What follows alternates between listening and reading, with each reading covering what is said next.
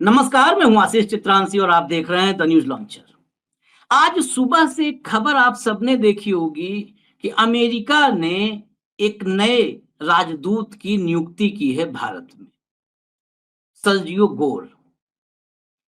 Sergio Gor की नियुक्ति की खबर पोर्टल्स में लग गई, छप गई। मामला यहां तक नहीं है, ये मामला बड़ा गंभीर है। दरअसल ये सर्जियो गोर है कौन, इस पर कहीं चर्चा नहीं है, क्योंकि ये चर्चा करने पर 56 इंच की छाती छलनी हो जाएगी। दरअसल ये सर्जियो गोर ट्रंप का चौकीदार है। मैं भी चौकीदार, आपको याद है ना, मैं भी चौकीदार, मैं भी चौकीदार, मैं भी चौकीदार, पूरा देश चौकीदार बन रहा था। तो ट्रंप ने सोचा एक चौकीदार हम भी भेज देते हैं। जब इतने चौकीदार हैं तो एक चौकीदार हम भी भेज देते हैं। तो मोदी पे नजर रखने के लिए दिल्ली ट्रंप का चौकीदार आ रहा है, यही दिल्ली में बैठेगा। और मामला सिर्फ इतना नहीं है गंभीर कि दिल्ली में बैठेगा, मोदी पर नजर रखेगा ट्रंप का चौकीदार। इसको विशेष जिम्मेदारी दी गई है। वही विशेष जिम्मेदारी बहुत चिंता का सबब है। अब बहुत सारे भक्त कहेंगे अच्छा विदेश मामलों में भी जानकारी इतनी हो गई कि बताओगे चिंतक विषय। तो नहीं, हम विदेश मामलों के जो जानकार हैं जयशंकर से भी ज्यादा, उनको भी हम बताएंगे, उनको भी दिखाएंगे कि वो क्या कह रहे हैं, और बाकी अलग अलग रिपोर्ट्स क्या कह रही हैं वो भी आपको बताएंगे। और साथ में ये जरूर बताएंगे कि मनमोहन सिंह ने ऐसे ही एक गोर को, ये वाला नहीं, ऐसे ही गोर को भगा दिया था, मना कर दिया था सीधा अमेरिका को कि नहीं, हमारे यहां ये नहीं चलेगा। वही मनमोहन सिंह जिनको मोदी जी जीवन भर मनमोहन सिंह कहे, अब ये वाचाल प्रधानमंत्री किस काम का जो देश के लिए ना बोल पावे, खाली चुनावी मंच पर जुमलेबाजी करे, झूठ बोले, बस इतना इतना के लिए हमें वाचाल नहीं चाहिए। हमें तो वाचाल चाहिए था जो देश के लिए बोले। मनमोहन सिंह कम बोलते थे, जब बोलते थे तो देश के लिए बोलते थे और देश की संप्रभुता को बचाते थे। लेकिन हमारे 56 इंच वाले साहेब सन्नाटे में हैं इस नियुक्ति पर। अब तक किसी की जुबान नहीं खुली है इस नियुक्ति पर। इस नियुक्ति के मायने क्या है भारत के लिए, यही हम इस चर्चा में, इस शो में दिखाएंगे आपको। लाइए जरा हेमंत अत्री जी को जोड़िए फटाफट। हेमंत भाई स्वागत है आपका। जरा खबरें दिखा देते हैं। लाइए भैया खबर लाइए। ये देखिए, मस्क ट्रंप को लड़वाया, अब भारत में अमेरिकी राजदूत बने सर्जियो गोर। मस्क और ट्रंप को लड़वाया, आगे भी बताएंगे इसमें क्या लड़वाया, क्या क्या कहा, सांप स्नेक सब बताएंगे। ट्रंप के चौकीदार कहे जाते हैं, राष्ट्रपति बोले मुझे उन पर पूरा भरोसा। राष्ट्रपति माने डोनाल्ड ट्रंप बोले। आगे लाइए, अगला दिखा दीजिए, जो डोनाल्ड ट्रंप ने बड़ा भयंकर विश्वास के साथ नियुक्त किया है। इतना बड़ा पोथा लिखा है, ये देखिए, इसको पढ़ने की जरूरत नहीं है, खाली वही पढ़ लीजिए। I am pleased to announce that I am prompting Sergio Gor to be our next United States ambassador to the Republic of India and special envoy for South Asia and Central Asian affairs. बस आगे कहानी जरूरत नहीं है। ये बहुत जो है, ये घोषणा करते समय बहुत गौरवान्वित हैं। बस इतने दिखाना है, चलिए आप चला दीजिए। और इनको मध्य और दक्षिण एशिया की भी जिम्मेदारी दी गई है। ये बहुत महत्वपूर्ण है। विशेष दूत हैं ये, राजदूत के साथ साथ विशेष दूत, इससे बहुत ज्यादा राजनयिक ताकत मिल जाती है, बहुत ज्यादा। और मध्य एशिया और दक्षिण एशिया, अब मध्य एशिया दक्षिण एशिया का विशेष दूत भारत में बैठेगा, इसका मतलब इंडो पैसिफिक वाला जो सपना था वो सपना कैसे टूटेगा, ये भी इसी चर्चा में समझना है। थोड़ा बहुत तो हम लोग भी पढ़ते लिखते हैं। व्हाट्सएप यूनिवर्सिटी में एडमिशन नहीं हो पाया था, नंबर कम थे हमारे, तो जहां पे एडमिशन हुआ वहां पे हम लोग पढ़ते हैं, वहां पे जो किताबों में लिखा है वो सब पढ़ते हैं और असली रिपोर्ट्स। नंबर आगे आएगा, अच्छा नंबर तो हो सकता है व्हाट्सएप यूनिवर्सिटी में एडमिशन मिल जाए। खैर, अब इसके बाद जरा फोटो देख लीजिए, पहचान लीजिए इस चौकीदार को, क्योंकि इस देश में चौकीदारों को सब लोग बहुत पहचान गए। मैं भी चौकीदार, मैं भी चौकीदार, सब लिख डाले थे अपने घर पे, माथे पे, हाथ पे, सब लिख लिए थे। ये देखिए, यही है सर्जियो गोर। मात्र 39 साल उम्र है, सबसे कम उम्र का राजदूत, सबसे कम उम्र का।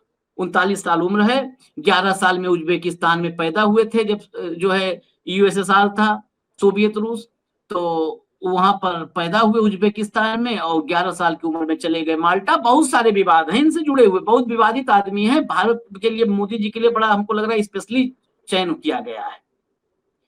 मैं अब आता हूं, मैं चलूंगा हेमंत भाई के पास, लेकिन पहले हम खबर आज रख देते हैं, नहीं कि भाई जिसको खबर खबर समझना वो शुरू में ही खबर समझ ले, उसका पूरा टाइम ना हम वेस्ट कर पाए, तो इसलिए खबर दिखा देता हूं जरा। लाइए, मैंने कहा था ना आपको, हम विदेश मामलों के जयशंकर से ज्यादा योग्य व्यक्ति को सुनाएंगे। कंवल सिब्बल साहब, इन्होंने इस नियुक्ति पर पोस्ट किया है, अंग्रेजी में पोस्ट है। कंवल सिब्बल मैं बता दूं कौन है, कहेंगे कंवल सिब्बल क्या कपिल सिब्बल से कनेक्शन होगा कोई? नहीं, ये भारत के विदेश सचिव हैं रहे, मतलब ये भारत के विदेश सचिव रहे हैं, फॉरेन सेक्रेटरी रहे हैं, वो हैं कंवल सिब्बल। अंग्रेजी में जो लिखा है मैं उसको हिंदी में बता दूं। कंवल सिब्बल, या चलिए अंग्रेजी में थोड़ा बता देते हैं, थोड़ा हम भी अभ्यास कर लेंगे। It's the first time that a US ambassador to India is also special envoy for South and Central Asian affairs. ये पहली बार है, हालांकि अभी मैं इसमें और भी थोड़ी जानकारी लाऊंगा, ये पहली बार है जब अमेरिका का राजदूत जो नियुक्त किया गया है वो साथ साथ विशेष दूत भी होगा दक्षिण और सेंट्रल मध्य एशिया के राजनीतिक मामलों का। This means he will have a much wider mandate covering the jurisdiction of the Bureau of South and Central Asian Affairs in the State Department।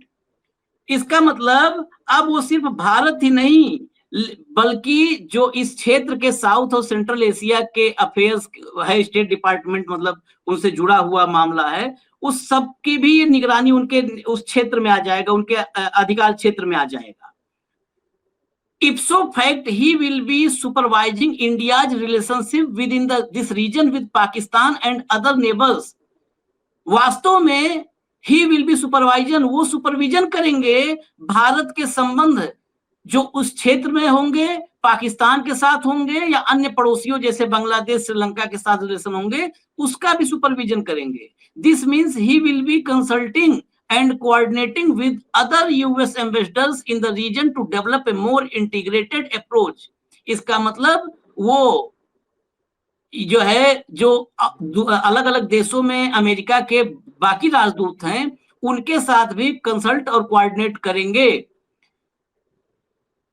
अब देखिए, this is a new form of hyphenating India and Pakistan again amongst other things.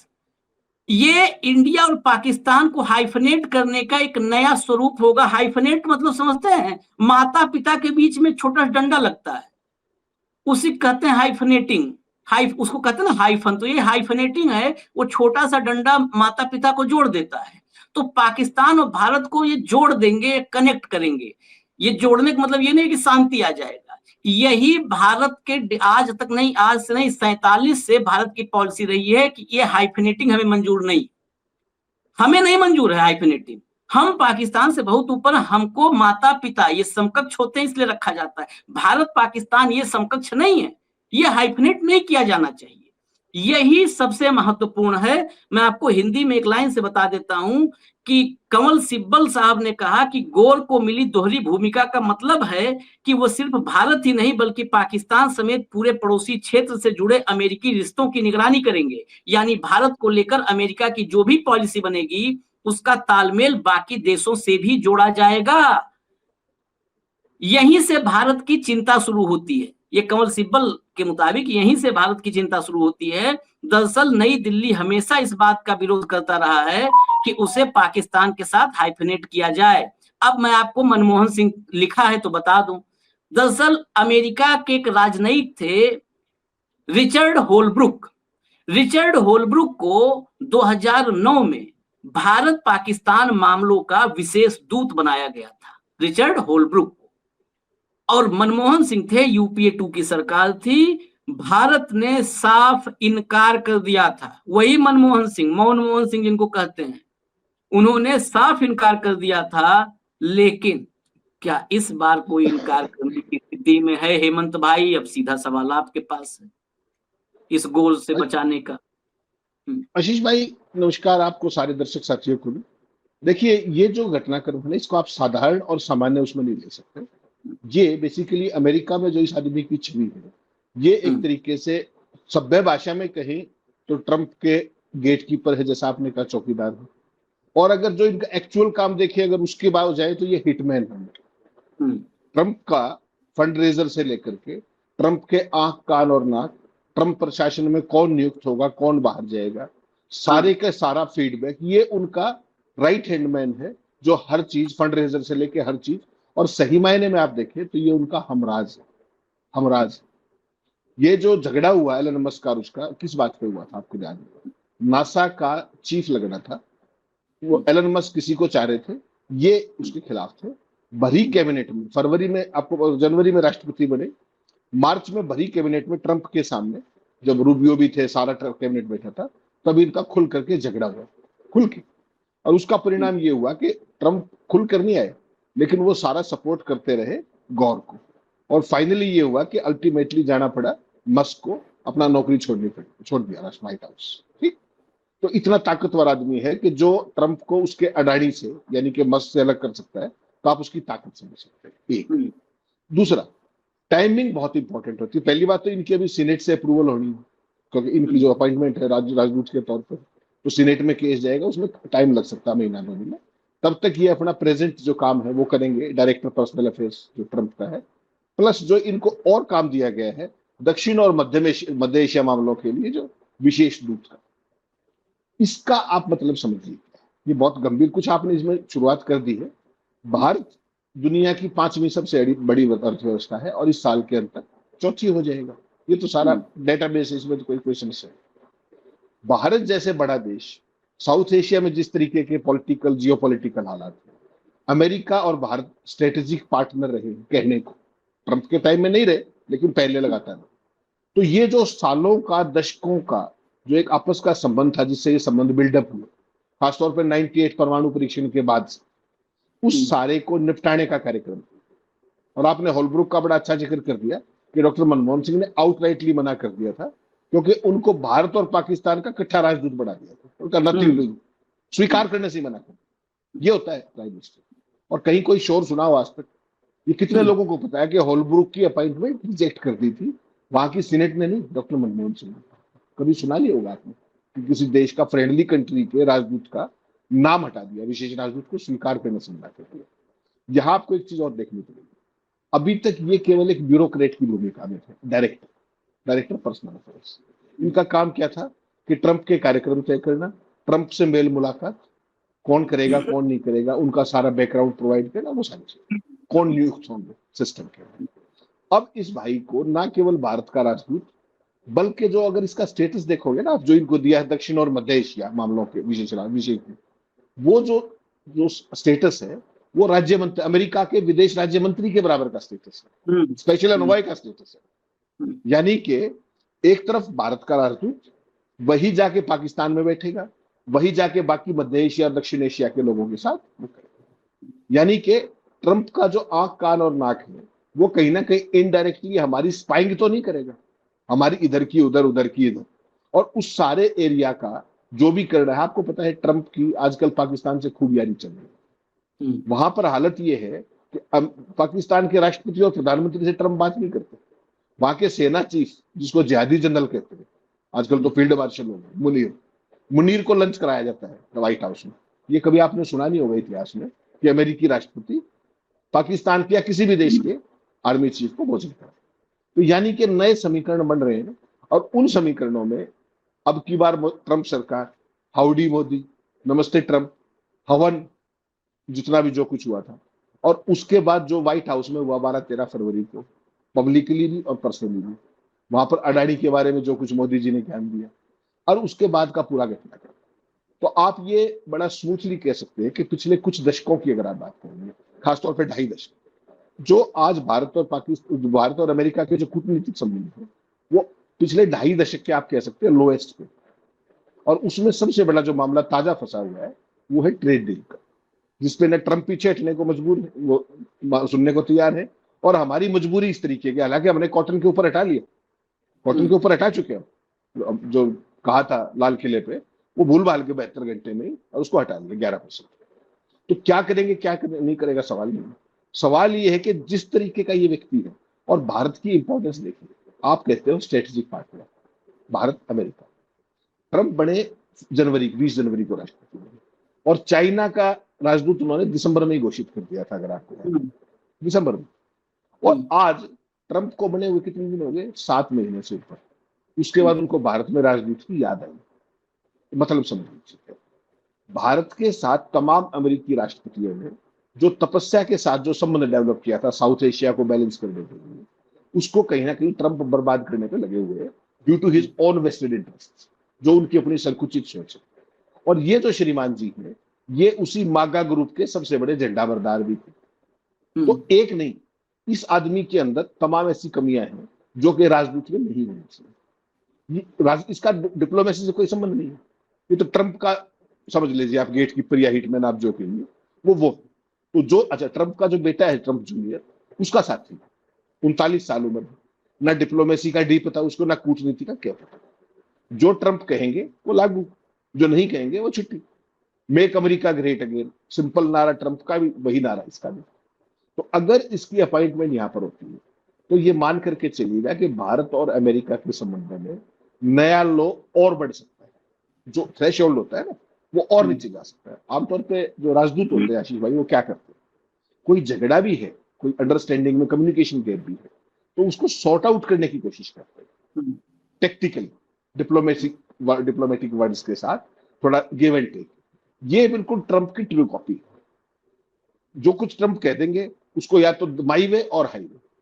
तो उस तरह का diplomat Hindustan में नियुक्त करना, उसकी मंशा आप समझ सकते हैं कि वो क्या है। पूरे का पूरा विवादास्पद अतीत है। एलन मस्क जैसे जो फाइनेंसर है ट्रंप का, one of the biggest finance, सबसे बड़ा फाइनेंसर ट्रंप मस्क ही था। जो आदमी उसको बाहर करा सकता है, उसकी ताकत में तो कोई डाउट होना नहीं चाहिए किसी को।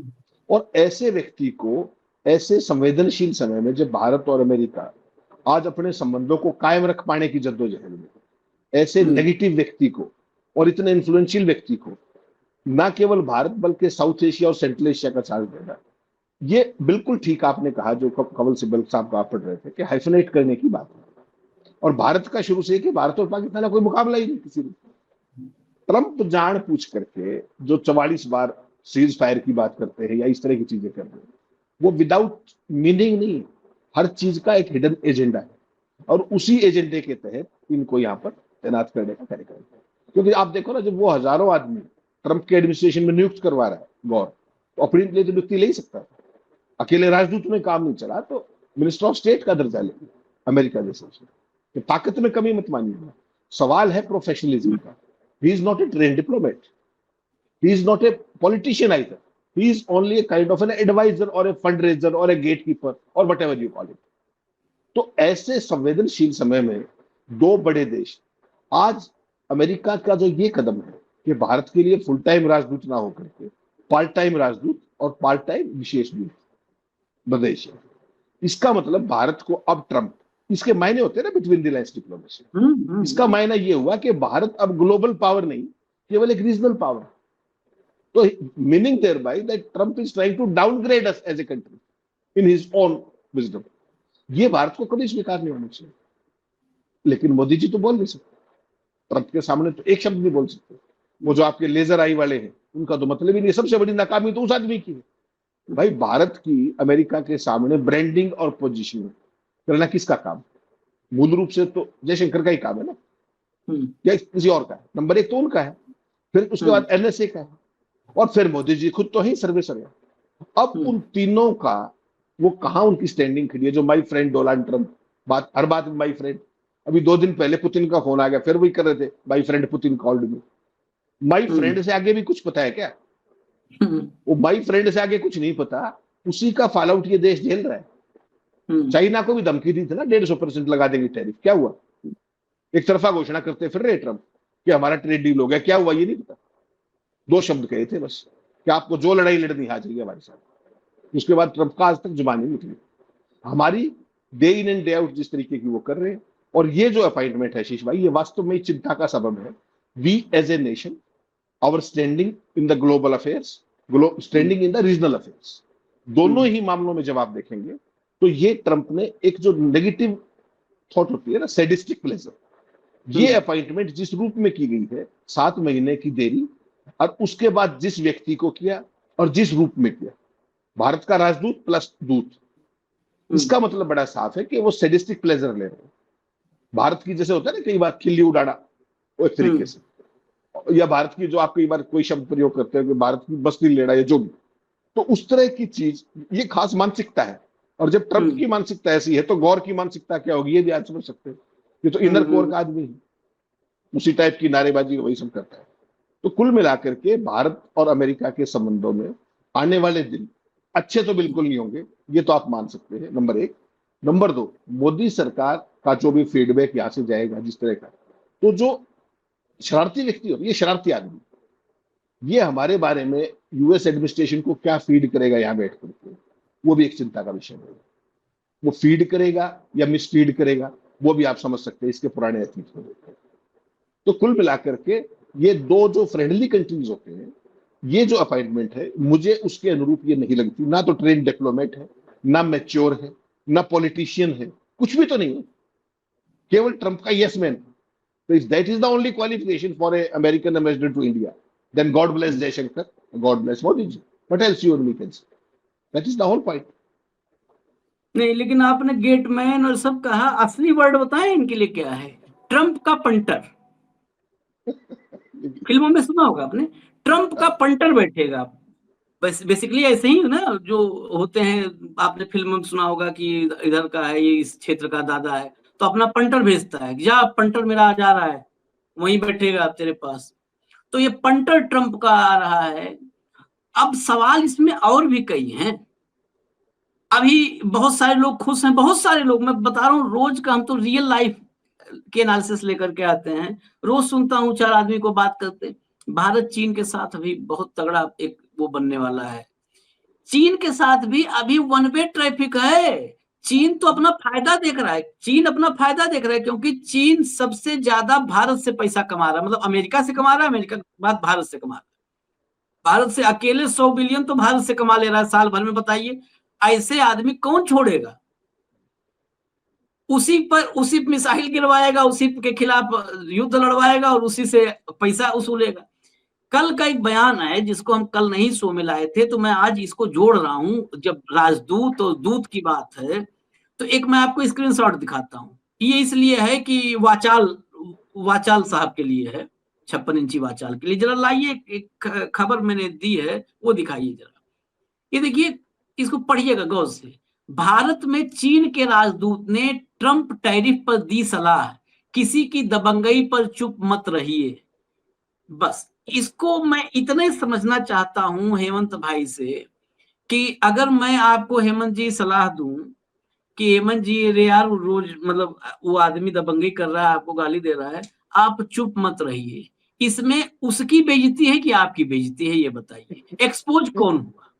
एक्सपोज कौन हुआ? एक्सपोज आप हुए ना, कि दुनिया नहीं जानती थी। मान लीजिए एक आदमी आ रहा है, रोज हड़का जा रहा है, बदतमीजी करके जा रहा है, नहीं पता है। अगर जब मैं ये सार्वजनिक रूप से कहा तो एक पता चल गया कि यार हेमंत भाई जो है, इसका मतलब रोज सुन रहे हैं किसी का आदमी बदतमीजी सुन रहे हैं और जवाब नहीं दे रहे हैं। ये बात जो भारत में जब भक्तों के लिए भी ये चुभने वाली बात है। भक्त कहते हैं 56 इंच की छाती है, छाती से ही गोला मार देते हैं। और अगला आदमी और राजदूत यही भारत में बैठ के कह रहा है किसी की दबंगई पे चुप मत रहिए। ये नहीं, सलाह, आशीष ये भाई, सलाह। हाँ ये नहीं जो मैं, शब्द, हाँ हाँ हाँ, बोलिए बोलिए बोलिए बोलिए। हाँ। ये जो भाषा है ना, जो आपने हेडिंग दिखाई है, मैंने भी पढ़ा, ये हम्म बेसिकली जो डिप्लोमेटिक एटिकेट्स और मैनरिज्म है, ये हम्म आउटराइटली उसके खिलाफ है। हम्म जो डिप्लोमेटिक एटिकेट क्या होते हैं, डिप्लोमेसी एक दायरे से बाहर नहीं जाती कभी। वो भारत में चीन के मामलों के प्रतिनिधि हैं, जो चीन के राजदूत यहाँ पे हैं।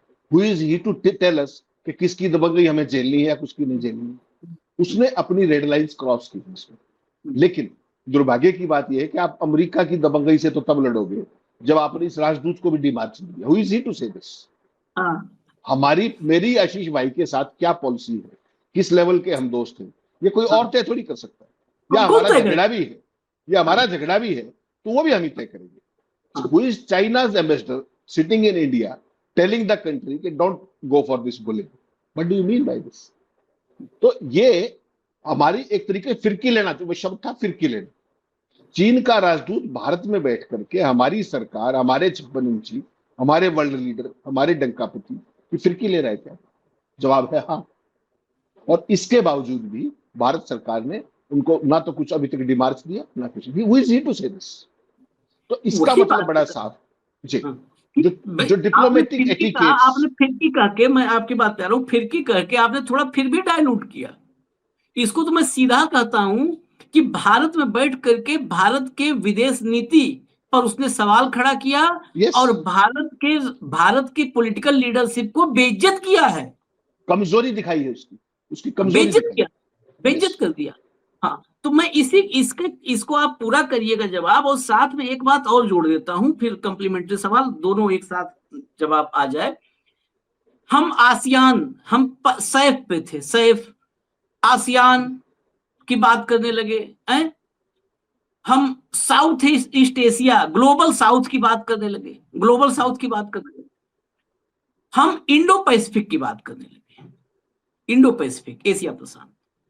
हमारे यहाँ अमेरिका का जो सुपर पावर है दुनिया का, वो भी है, चीन भी है। वो सुपर पावर हमारे यहाँ राजदूत भेज रहा है और दक्षिण एशिया का विशेष दूत बना करके दक्षिण एशिया के राजनीतिक मामलों का जो है वो प्रभारी भी होगा। क्या हमारे वो सपने जो थे, भारत के सपने, उड़ान भरेंगे, इंडो पैसिफिक, क्या सबको उसने सबके लिए एक सीमा रेखा नहीं, बैरिकेडिंग नहीं लगा रहा है? ये बड़ा मतलब थोड़ा सा टिपिकल टाइप का है, दर्शकों के लिए मैं कह रहा हूं कि इसको समझ लीजिएगा कि क्या वो बैरिकेड नहीं कर रहा है कि हमारा इंडो पैसिफिक और ये सब बातें दूर, तुम लोग वहां पे रहो, हमारा आदमी बैठ करके साउथ एशिया में रिलेशनशिप देखेगा, ऑब्जर्व करेगा। हेडक्वार्टर्ड इन दिल्ली, हाँ, हेडक्वार्टर दिल्ली में हो गया, दिल्ली में होगा। ये है ना बात। तो बेसिकली क्या है भाई साहब, ये चीज समझनी पड़ेगी आशीष भाई, कि जो ये श्रीमान जी गौर आ रहे हैं, मैंने आपको पहले भी कहा तो ये राजनीतिक है, इनकी कोई बैकग्राउंड नहीं है, एडमिनिस्ट्रेशन भी इसलिए कि ये ट्रंप का चेला है, बात ही खत्म, उसके अलावा तो कोई एक्सपोजर नहीं। बेसिकली क्या है, ये व्यक्ति अभी तक ट्रंप के प्रवक्ता की तरह काम करते हैं अनऑफिशियल। तो यहां जब वो बैठेंगे, वाशिंगटन में बैठकर वो कुछ भी कहे, बात तो कोई बहुत फर्क नहीं पड़ता, लेकिन अगर वो दिल्ली में बैठकर ट्रंप वाली भाषा बोले, फिर आप क्या करेंगे? ये सोचने की बात है ना। आप क्या उम्मीद करेंगे भारत सरकार, भारतीय मीडिया और भारतीय जनता आपके साथ कैसा व्यवहार करेगी? फिर जैसा ट्रूडो के नेतृत्व में कनाडा में हुआ था, कनाडा ध्यान है ना आपको क्या हुआ था व्हाइट हाउस में, तो क्या वैसा होगा?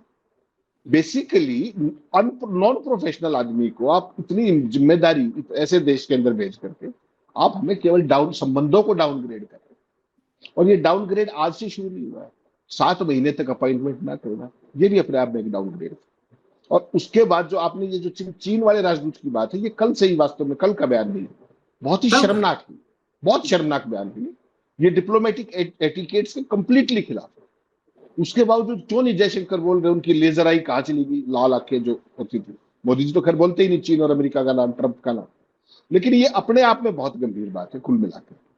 और साउथ एशिया तो छोड़ दीजिए, हमें बिल्कुल सीमित कर दिया गया है बतौर भारत के छुट्टी। और चाइना के साथ जिस तरह के संबंध है वो आप देख ही रहे, अमेरिका के, कहीं कोई समस्या नहीं है। अमेरिका, चाइना हमसे ज्यादा तेल लेता है, उसके ऊपर तो कोई, रशिया से, उसके ऊपर तो कोई प्रतिबंध नहीं है।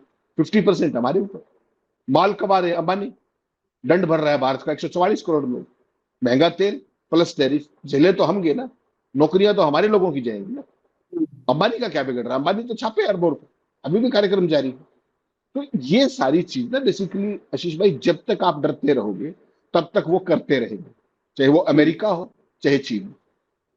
आप चीन को, आपने बिल्कुल ठीक कहा, $100 अरब का ट्रेड डेफिसिट चाइना के साथ आपका। उसके बावजूद चीन का राजदूत हमें सिखाएगा कि हमें क्या करना चाहिए, हमारे अमेरिका के साथ क्या संबंध होने चाहिए, हमें दबना नहीं चाहिए। भारत में बैठ के भारत की सरकार को दब्बू बता रहे, इसका मतलब क्या है? बता दीजिए आप, बताइए ना। ये बात अगर राहुल गांधी कह दे तो आपको पता है इटी सेल अब तक क्या कर देती, सोचिए। अभी तक किरण रिजिजू से लेकर के वो निशिकांत दुबे और पता नहीं पाकिस्तान का एजेंट और पता नहीं किसका, इसका कर लो ना, क्या करोगे? सरेआम कह रहा है। और कहाँ कहा इसने ये और बता दूं, आप भूल जाएंगे। अडानी का जैसे वो है ना उनका, अंबानी का जो थिंक टैंक है, ऐसे ये अडानी का भी थिंक टैंक है। उसके कार्यक्रम में कहा भाई ने कि भारत को दबंगई को मजबूती से करना चाहिए। सोचिए, अडानी के सिस्टम पे बैठ करके वो आदमी ये बात कर रहा है, जो अडानी मोदी जी के क्या है, कोई डिमार्च नहीं, कोई भारत सरकार की तरफ से प्रतिक्रिया नहीं। तो अब तक तो जब ये कर सकता है तो ये गौरा के क्या करेगा, ये सोचा है कभी आपने? और हमारी डिप्लोमेसी का क्या हाल होगा? बहुत चिंता का विषय है। और मोदी ने फ्री फॉर ऑल कर दिया है, कोई डिप्लोमेटिक एटिकेट्स नहीं बचे, कोई मैनरिज्म नहीं बचा, कोई एक लोकलाज होती है आपस की, कुछ नहीं बचा। फ्री फॉर ऑल है, जो मर्जी है करता रहे। और कल आपने अगर यशवंत सिन्हा जी की बात सुनी हो तो यशवंत सिन्हा जी ने 2 ही लाइन में सारा निपटा दिया कि मोदी सरकार कंप्लीट बिसरे में आ चुकी है, कौन क्या कर रहा है किसी को कुछ नहीं पता। ये कल यशवंत सिन्हा का बहुत ही महत्वपूर्ण बयान था, जो मुझे लगा उसको रेफर करूंगा।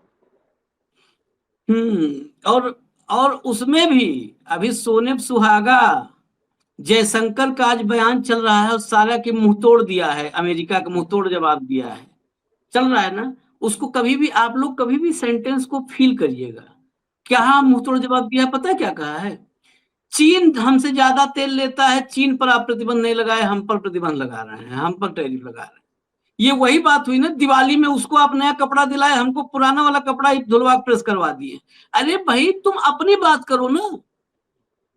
तुम ये तो होता है ना कि छोटे बच्चे जब कहते ना, उनको मास्टर साहब ने वो भी नहीं सवाल सही बताया था, हमको मुर्गा बना दिया, उसको मुर्गा नहीं बनाया। स्कूल में होता है ना, घर पे आकर के कि पता है आज स्कूल में अपने मास बोलेगा बच्चा, वो देखो हमने और फलाने राजू ने भी नहीं बताया था सवाल जवाब, राजू को नहीं मास्टर साहब ने वो किया, हमको मुर्गा बना दिया। ऐसे फॉरेन पॉलिसी चलती है। आप अपनी बात करो ना, आप अमेरिका से अपनी बात करो कि अमेरिका के टेबल पे ये बोलोगे आप कि चीन पे भी लगा दो, चीन भी तेल ले रहा है।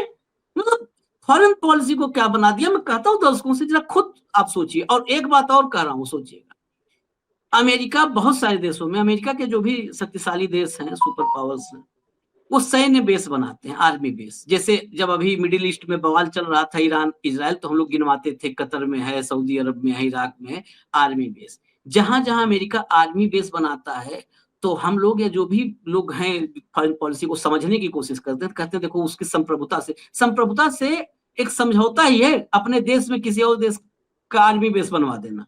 मतलब वो हमारी जमीन का, हमारी धरती का, हमारे एयर स्पेस का इस्तेमाल करेगा अपने दुश्मनों के लिए या सबके लिए, जो भी है अपने हित के लिए।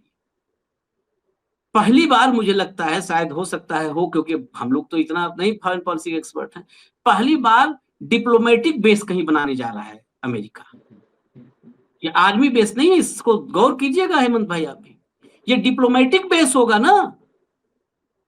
अब वो गौर के रूप में डिप्लोमेटिक बेस बना रहा है, उस डिप्लोमेटिक सैन्य बेस के बजाय, आर्मी बेस के बजाय डिप्लोमेटिक बेस यहां बैठ करके वो साउथ एशिया और मिडिल एशिया में, मध्य एशिया और दक्षिण एशिया में, वहां पर वो अमेरिका के हितों के मुताबिक यहां बैठ के काम करेगा। यहां बैठ के काम करेगा तो भारत के लिए कहां कहां फजीहत की स्थिति पैदा हो सकती है, कहां कहां टकराव की स्थिति पैदा हो सकती है, भारत कहां कहां पर फेस छिपाने की स्थिति आ सकती है भारत के लिए। ये बहुत सारे संकट खड़े हो सकते हैं अगर हुआ। और फिर याद दिलवा दूं, 2009 में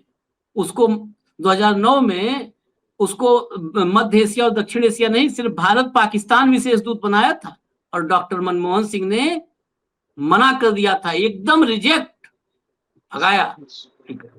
इसीलिए आज कार्यक्रम में फिर, आज डॉक्टर साहब नहीं है, फिर करते हैं सैल्यूट। हमको ऐसे ही मौन मोहन सिंह दे दो, हमें मौन वाला चाहिए, मुंह बंद रहेगा, कम से कम काम कर रहा होगा। ये मुंह ही चलता रहे, उससे क्या मतलब है। इजाजत दीजिए हमें। धन्यवाद हेमंत भाई, बहुत बहुत धन्यवाद। नमस्कार।